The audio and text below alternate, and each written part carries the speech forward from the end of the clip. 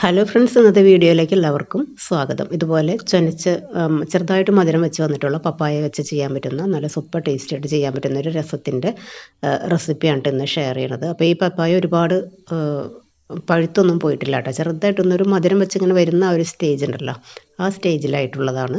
അത് കട്ട് ചെയ്തെടുക്കുക. ഇനി ഇതുപോലെ ഇഞ്ചി, വെളുത്തുള്ളി, ചെറിയ ഉള്ളി, കറിവേപ്പില, ഉപ്പ് ഇത്രയും കൂടി ചേർത്തിട്ട് നന്നായിട്ടൊന്ന് ചതച്ചെടുക്കണം.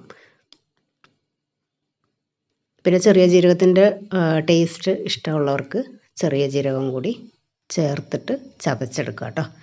അപ്പോൾ ഒന്നില്ലെങ്കിൽ മിക്സിയുടെ ചെറിയ ജാറിൽ വെച്ചിട്ട്, അതല്ലെങ്കിൽ ചതക്കല്ല് ഉണ്ടല്ലോ അതിൽ വെച്ചിട്ടായാലും ഒന്ന് ചതച്ചെടുത്താൽ മതി. ഒരുപാട് പേസ്റ്റ് ആക്കുന്നതിനേക്കാളും ഇതിങ്ങനെ ചതഞ്ഞ് കിടക്കുമ്പോഴാണ് കൂടുതൽ ടേസ്റ്റ് ഉണ്ടാവുന്നത്.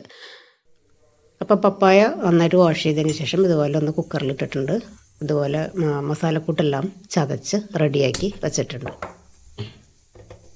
ഇനി രസം ഉണ്ടാക്കാനുള്ള പാൻ വെച്ചതിന് ശേഷം ചൂടായപ്പോൾ വെളിച്ചെണ്ണ ഒഴിച്ചു കൊടുത്തിട്ടുണ്ട്.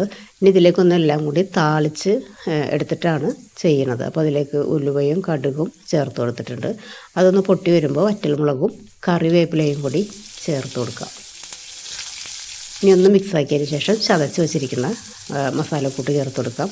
അപ്പോൾ ഈ ഒരു മസാലക്കൂട്ടിൽ കുരുമുളക് ചേർക്കാനായിട്ട് മറന്നു പോയതാണ് കേട്ടോ. അപ്പോൾ ചതക്കുന്ന സമയത്ത് കുരുമുളകും കൂടി ചേർത്തിട്ട് ചതച്ചെടുക്കാം. അതല്ലെങ്കിൽ കുരുമുളകിൻ്റെ പൊടി ചേർത്താലും മതി.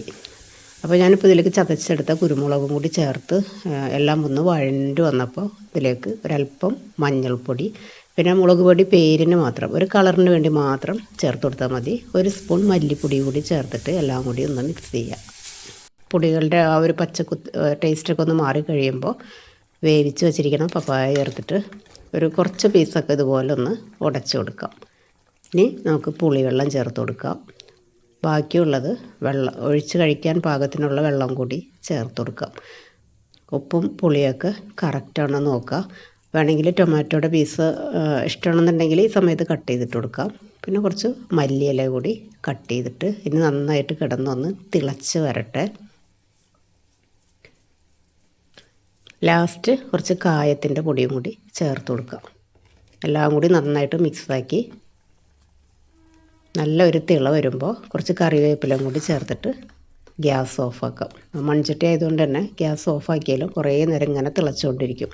പിന്നെ ഒഴിച്ച് കറി ആയതുകൊണ്ട് തന്നെ വെള്ളത്തിൻ്റെ അളവൊക്കെ ഇഷ്ടത്തിനനുസരിച്ച് കൂട്ടിയും കുറച്ചൊക്കെ എടുക്കാം കേട്ടോ. ഇപ്പോൾ ഇത്രയേ ഉള്ളൂ, രസം റെഡി ആയിട്ടുണ്ട്. അപ്പോൾ പപ്പായ രസം ഇതുപോലെ ആരും ട്രൈ ചെയ്തിട്ടില്ലെങ്കിൽ നിങ്ങൾ ട്രൈ ചെയ്ത് നോക്കിക്കോ. നല്ല സൂപ്പർ ടേസ്റ്റി ആയിട്ടുള്ള നല്ലൊരു രസത്തിൻ്റെ റെസിപ്പിയാണ് കേട്ടോ. ചോറിലൊഴിച്ച് കഴിക്കുന്ന സമയത്ത് ഉണക്കമീൻ പൊരിച്ചത് ഒരു ചെറിയ പീസ്, അതല്ലെങ്കിൽ പപ്പടം, ചമ്മന്തിയോ അച്ചാറോ ഇതിലേതെങ്കിലും ഒരെണ്ണം കൂട്ടി കഴിക്കാനായിട്ട് നല്ല അടിപൊളി ടേസ്റ്റാണ്. അപ്പോൾ ട്രൈ ചെയ്ത് നോക്കുക. അപ്പോൾ നിങ്ങൾക്ക് വീഡിയോ ഇഷ്ടപ്പെട്ടിട്ടുണ്ടെങ്കിൽ നിങ്ങൾ മറ്റുള്ളവർക്ക് കൂടി ഒന്ന് ഷെയർ ചെയ്ത് കൊടുക്കുക. നിങ്ങളും ട്രൈ ചെയ്ത് നോക്കുക, ഇഷ്ടപ്പെടും. അടുത്ത വീഡിയോയിൽ കാണുന്നത് വരെ താങ്ക്